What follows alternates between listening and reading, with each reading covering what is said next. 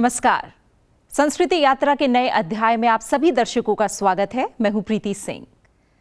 नए दर्शकों को बताते चले कि ये यात्रा है धर्म, दर्शन, कला, साहित्य, संगीत, नृत्य, लोक परंपरा से परिपूर्ण भारत की समृद्ध संस्कृति की। विविधता की अनोखी मिसाल लिए हजारों वर्षों से चली आ रही इस यात्रा के साक्षी बनने से पहले आपको बता दें कि भारत सरकार के संस्कृति मंत्रालय की एक स्वायत्त संस्था इंदिरा गांधी राष्ट्रीय कला केंद्र यानी IGNCA के सौजन्य से संसद टीवी पर यह यात्रा आज ही के दिन इसी समय हर सप्ताह होगी और आपको लेकर चलेगी भारत के विभिन्न क्षेत्रों में नए और अद्भुत ज्ञान के साथ। तो संस्कृति यात्रा का आरंभ करते हैं संस्कृति संग्रहण की प्रक्रिया से साप्ताहिकी में। पिछले सप्ताह IGNCA और इसके 9 क्षेत्रीय केंद्रों में हुए महत्वपूर्ण कार्यक्रमों की झलकियां। तो आइए सबसे पहले एक नजर डालते हैं सप्ताह भर की महत्वपूर्ण हलचल पर साप्ताहिकी में। IGNCA और संस्कृति मंत्रालय ने नई दिल्ली के भारत मंडपम में विभाजन विभीषिका स्मृति दिवस का आयोजन किया।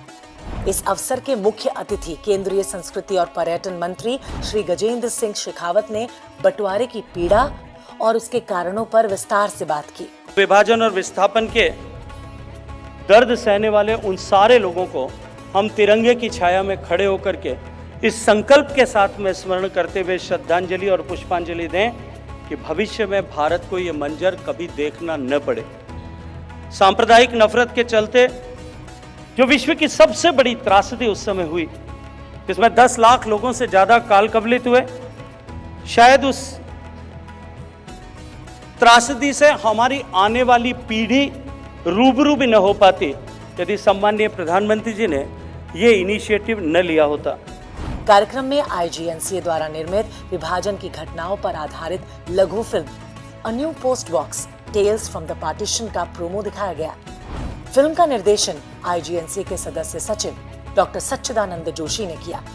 कार्यक्रम में डॉक्टर सच्चिदानंद जोशी और सिंधी भाषा विकास परिषद के निदेशक प्रोफेसर रवि प्रकाश टेकचंदानी द्वारा संपादित पुस्तक विभाजन विभीषिका की कहानियां का विमोचन भी किया गया। इसके अलावा विभाजन की त्रासदी पर आधारित एक प्रदर्शनी का भी आयोजन किया गया। इस अवसर पर केंद्रीय शिक्षा राज्य मंत्री डॉक्टर सुकांत मजूमदार, विज्ञान एवं प्रौद्योगिकी, पृथ्वी विज्ञान और प्रधानमंत्री कार्यालय में राज्य मंत्री डॉक्टर जितेंद्र सिंह, वाणिज्य और उद्योग और इलेक्ट्रॉनिक्स और सूचना प्रौद्योगिकी राज्य मंत्री जितिन प्रसाद, सड़क परिवहन एवं राजमार्ग और कॉर्पोरेट मामलों के राज्य मंत्री हर्ष मल्होत्रा, केंद्रीय जल शक्ति और रेल राज्य मंत्री V सोमन्ना आदि यहाँ पर मौजूद रहे। इस अवसर पर IGNCA के सदस्य सचिव डॉक्टर सच्चिदानंद जोशी ने कहा, ये संभवतः विश्व का सबसे बड़ा मानव विस्थापन और सबसे बड़ी मानव त्रासदी थी, जिसमें लाखों लोगों ने अपने प्राणों की आहुति दी और उससे कहीं अधिक ज्यादा लोगों ने अपने जीवन को विस्थापित कर दिया एक स्थान से दूसरे स्थान पर। ये एक ऐसे भूभाग का विभाजन था जिसका कोई वैज्ञानिक आधार नहीं था, कोई तार्किक आधार नहीं था। इसलिए रातों रात लोगों का जीवन परिवर्तित हो गया और जो कल तक एक बहुत बड़े भूभाग या भवन के स्वामी थे, वे अगले ही दिन शरणार्थी होकर दूसरी जगह आ गए। इंदिरा गांधी राष्ट्रीय कला केंद्र के 9 क्षेत्रीय केंद्रों में 14 अगस्त को विभाजन विभीषिका स्मृति दिवस के अवसर पर विभाजन की थीम पर आधारित लघु फिल्मों की फिल्म स्क्रीनिंग की गई।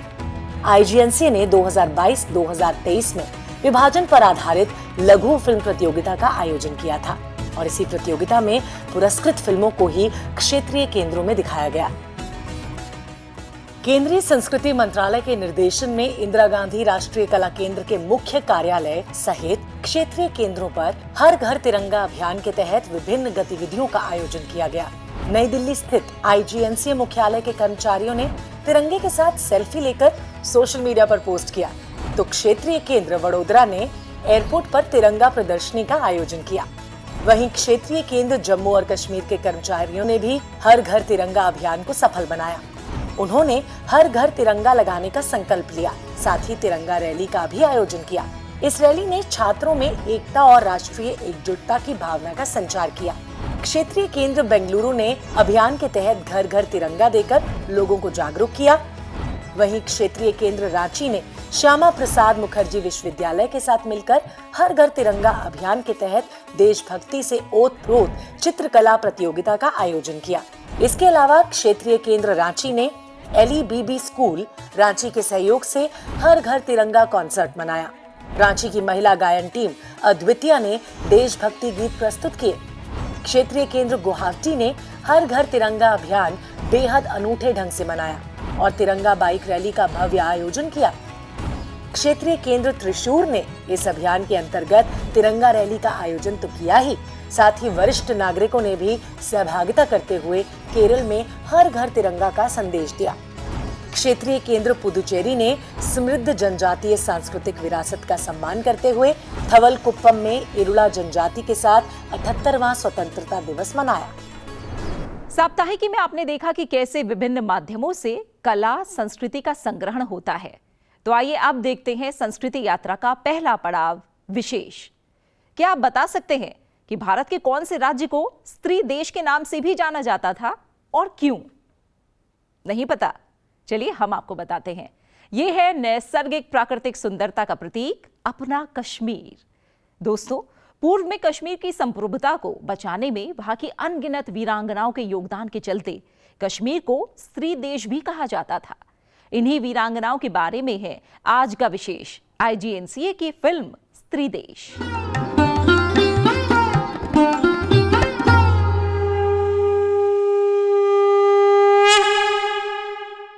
राजा अवंती वर्मन, जिनके नाम पर अवंतीपुरा आज भी स्थित है, के पुत्र शंकर वर्मन ने राजगद्दी संभाली और समय ने एक बार फिर करवट ली।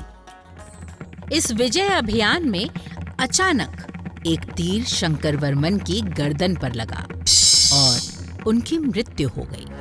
श्रीनगर अभी काफी दूर था। राजा के न रहने पर बगावत के खतरे पैदा हो जाते।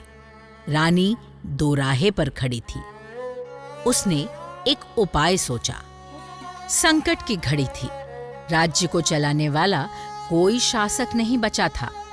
तब कुछ बुद्धिमान मंत्रियों ने एक जनसभा बुलाई और संभवतः सुगंधा देवी अपने कार्यों और व्यवहार के कारण जनमत संग्रह से चुनी गई पहली शासक बनी।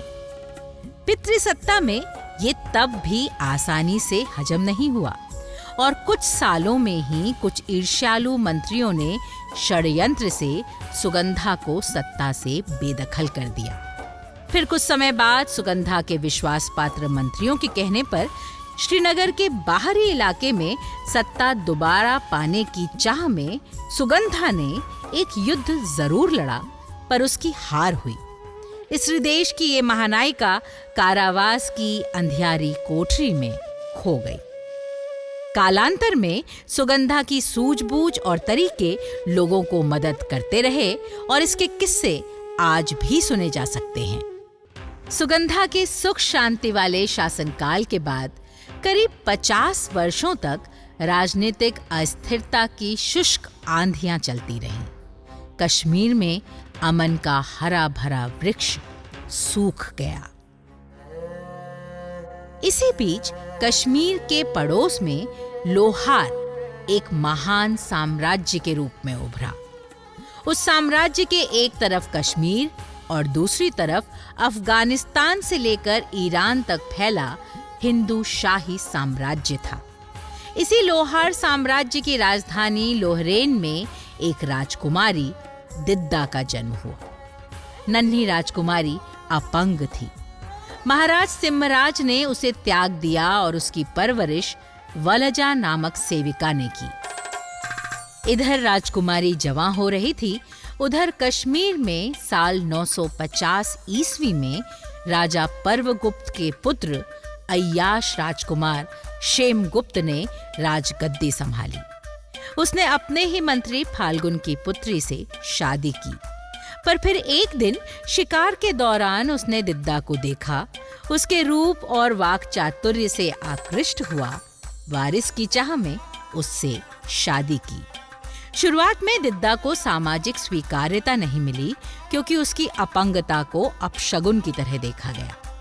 फिर भी दिद्दा ने शासन में हाथ बटाया और फिर क्षेमगुप्त की चाहत और दिद्दा के लिए सम्मान इस कदर बढ़ा कि उसने अपने नाम के आगे दिद्दा का नाम लगाना शुरू किया, जिसे तब और फिर बाद में भी इतिहासकारों ने कोई बहुत स्वस्थ तरीके से नहीं देखा। पर आज दिद्दा के इतिहास को पलटने पर जो समझ आता है वो प्रशंसनीय है। राजा क्षेमगुप्त से दिद्दा को एक पुत्र हुआ, अभिमन्यु। अभिमन्यु अभी छोटा ही था कि क्षेमगुप्त की असमय मृत्यु हो गई। दिद्दा दोराहे पर खड़ी थी। ऐसे में क्षेमगुप्त और दिद्दा के विश्वास पात्र मंत्री नरवाहन की सलाह और अपनी सूझबूझ से सती होने की बजाय राज्य की बागडोर अपने हाथों में लेने का फैसला उसने लिया। संभवतः दिद्दा पहली ऐसी रानी बनी जिसने सती का विरोध किया। उसने नाबालिग अभिमन्यु का राज्याभिषेक कराया और राजसत्ता अपने हाथ में लेकर ऐसे फैसले लेने शुरू किए कि जिससे राज्य की व्यवस्था में एक नई जान आने लगी। दिद्दा को प्रजा का पूरा सहयोग मिला। उसने राज्य की सीमाओं को सुरक्षित रखने के लिए कई युद्ध लड़े और एक भी नहीं हारी। स्त्री देश कश्मीर की इन 13 असरदार स्त्रियों की कहानियां न जाने कहां गुम हो गई। कभी राजसत्ता, कभी पितृसत्ता, तो कभी स्त्रियों ने खुद इन्हें वो महत्व दिया ही नहीं जिनकी वो हकदार थीं। लोक कथाओं से भी ये कैसे और कब धूमिल हुई किसी को खबर ही नहीं लगी। आज स्त्री देश की इन स्त्रियों और उनके कार्यों को समझने के बाद ये बात दावे से कही जा सकती है कि इन वीरांगनाओं ने कश्मीर और देश दुनिया को वो सब दिया जिसके लिए हमें इनका कृतज्ञ होना चाहिए था, और हम इन्हें ही भुला बैठे। इन स्त्रियों की कहानियां हमारी लोक कथाओं में शामिल होनी बेहद जरूरी है, ताकि न सिर्फ कश्मीर की बल्कि सभी लड़कियां इन महानायिकाओं में अपनी रोल मॉडल देख पाएं, ताकि समाज किसी भी लड़की पर कोई बंदिश लगाने से पहले याद रखे कि ये वो ही कश्मीर है जहां पिता अपनी बच्ची को सबसे पहले अपने साथ युद्ध मैदान ले जाया करता था। ये वो ही कश्मीर है जहां जरूरत पड़ने पर यहाँ की किसी स्त्री ने कभी सेना की कमान संभाली, कभी धर्म और अध्यात्म को समृद्ध किया, व्यवस्थाओं को सुधारा, कभी शास्त्रार्थ करती नजर आई तो कभी पति के गलत फैसलों का खुलकर विरोध किया और फिर उन्हें सुधारा भी।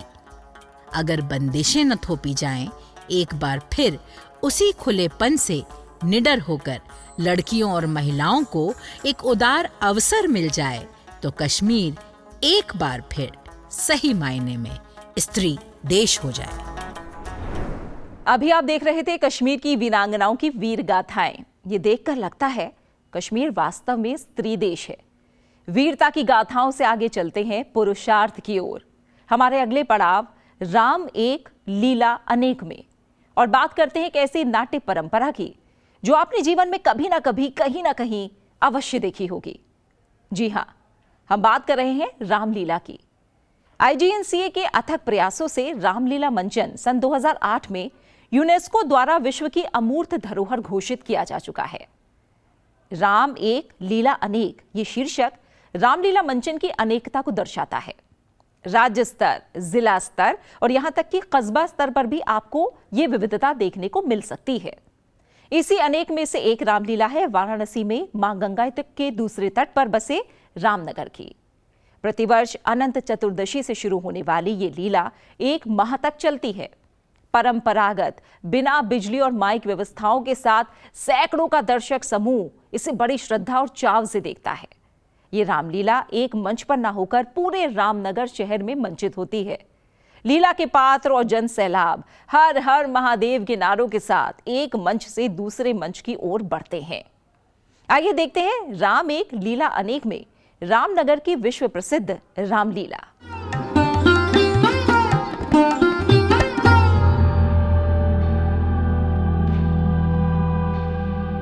Varanasi, an ancient city where a unique Leela is held every year for 30 days across the Ganga at Ramnagar. over 1 million visitors. A 10-kilometer showground, 37 locations. No lights, no mics, yet a distinctive experience. The story of Ram, as expressed in the Ramcharitmanas, is performed at Ramnagar for 30 days, fusing classical and popular into a drama encompassing both audience and actor. This tradition of staging the Ram Leela was started in the mid-19th century by then Maharaja of Kashi, Maharaj Udit Narayan Singh. Being very unique and difficult to document since it moves continuously from place to place, IGNCA worked on the planning of the project for about a year. During this phase, Ganesh Puja, making and repairing of masks, sets, training of actors at Ramnagar was documented for the benefit of scholars and for posterity.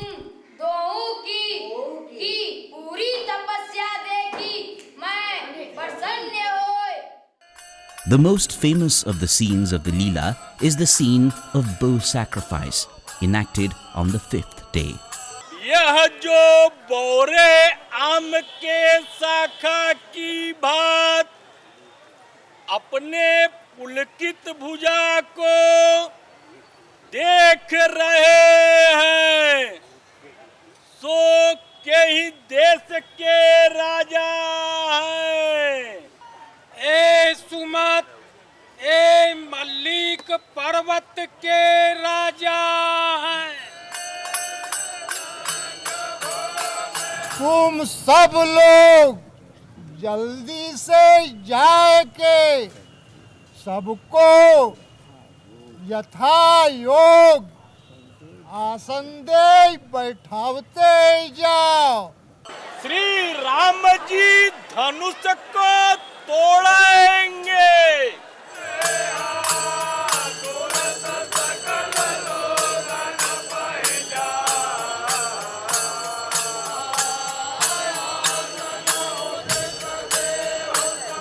सब रणधीर आए, मन हरनहारी राजकुमारी, आओ परम विजय उज्ज्वल कीर्ति ग्रहण करने वाला, आओ धनुष को तोड़निहार, मानो विधाता ने नहीं बनाया है।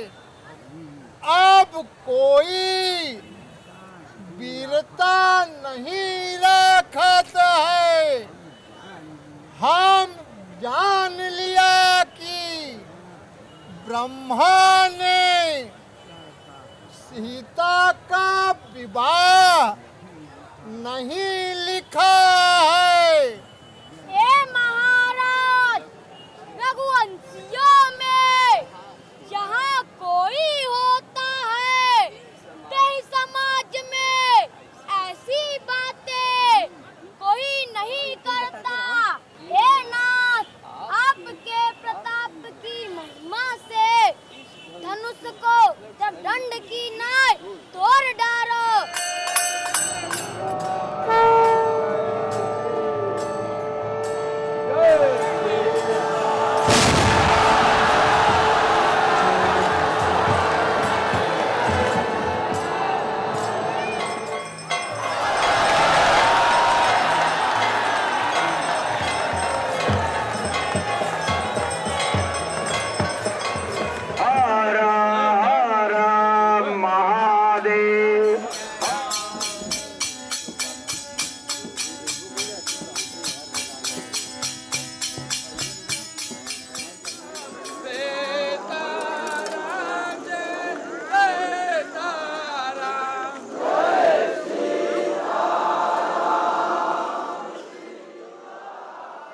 Bharat Milap is also a scene of great significance.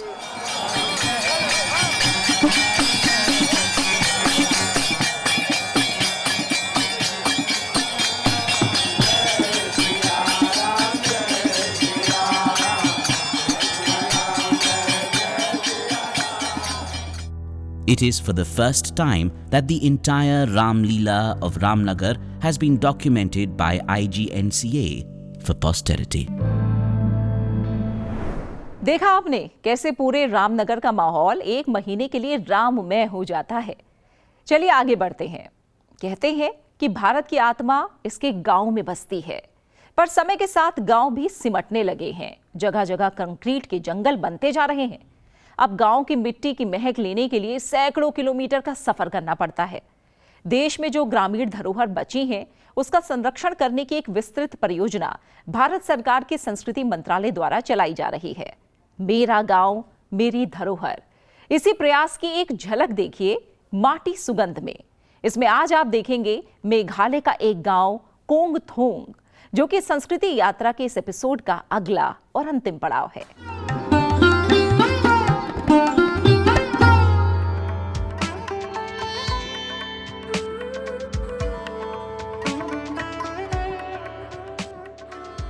Kong थोंग, पूर्वी खासी हिल्स, खतरशनोंग लेथक्रो तहसील। कोंग थोंग, जिसे लोकप्रिय रूप से सिंगिंग विलेज कहा जाता है, पूर्वी खासी हिल्स में एक गांव और एक पर्यटकों के आकर्षण का केंद्र है। इसे भारत के विस्लिंग विलेज के रूप में भी जाना जाता है। यहाँ की प्राकृतिक सुंदरता मंत्रमुग्ध कर देने वाली है, क्योंकि आप मेघालय के शक्तिशाली मानसून पहाड़ों से घिरे होंगे। कोंग थोंग गांव में करीब 109 घर हैं। कोंग थोंग गांव की कुल आबादी 567 है। ग्रामीणों की स्थानीय भाषा खासी है। बच्चों की उचित शिक्षा के लिए गांव में 2 निम्न प्राथमिक सरकारी स्कूल उपलब्ध हैं। गांव में पानी की आपूर्ति, नियमित स्वास्थ्य केंद्र, गैस, इंटरनेट जैसी सभी बुनियादी सुविधाओं का अच्छी तरह से ध्यान रखा गया है।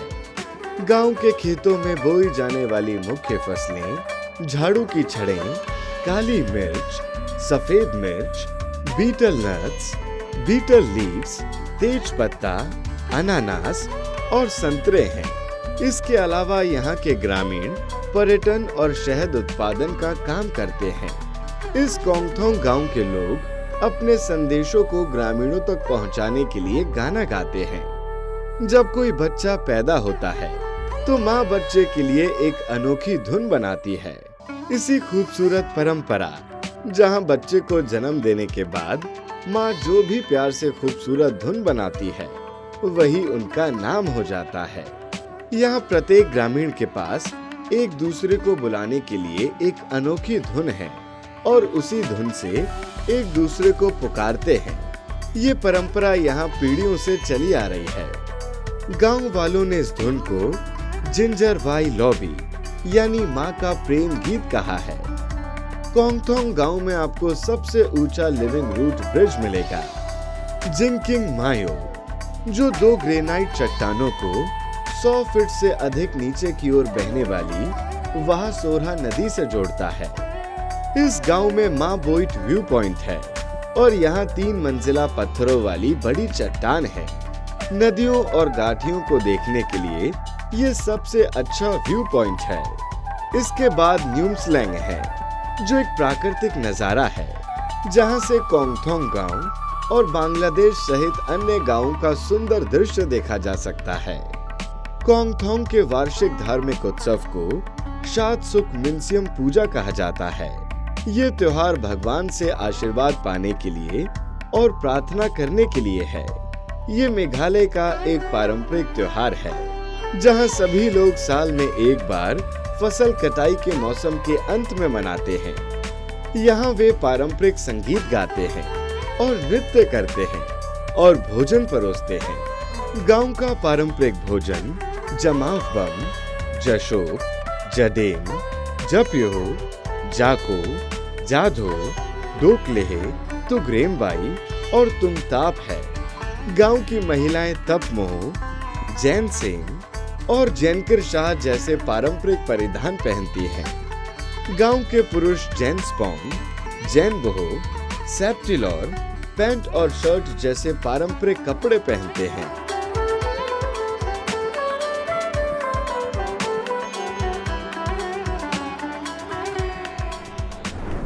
ये थी आज की हमारी संस्कृति यात्रा। आशा है कि आपको पसंद आई होगी। इस कार्यक्रम को लेकर आपके सुझाव हमारे लिए बेहद महत्वपूर्ण हैं, इसलिए अपने सुझाव हमें जरूर भेजें। हमारा ईमेल आईडी है sanskriti.ignca@gmail.com। आपसे फिर होगी मुलाकात अगले हफ्ते आज ही के दिन और इसी समय संस्कृति यात्रा के अगले एपिसोड में। तब तक के लिए नमस्कार।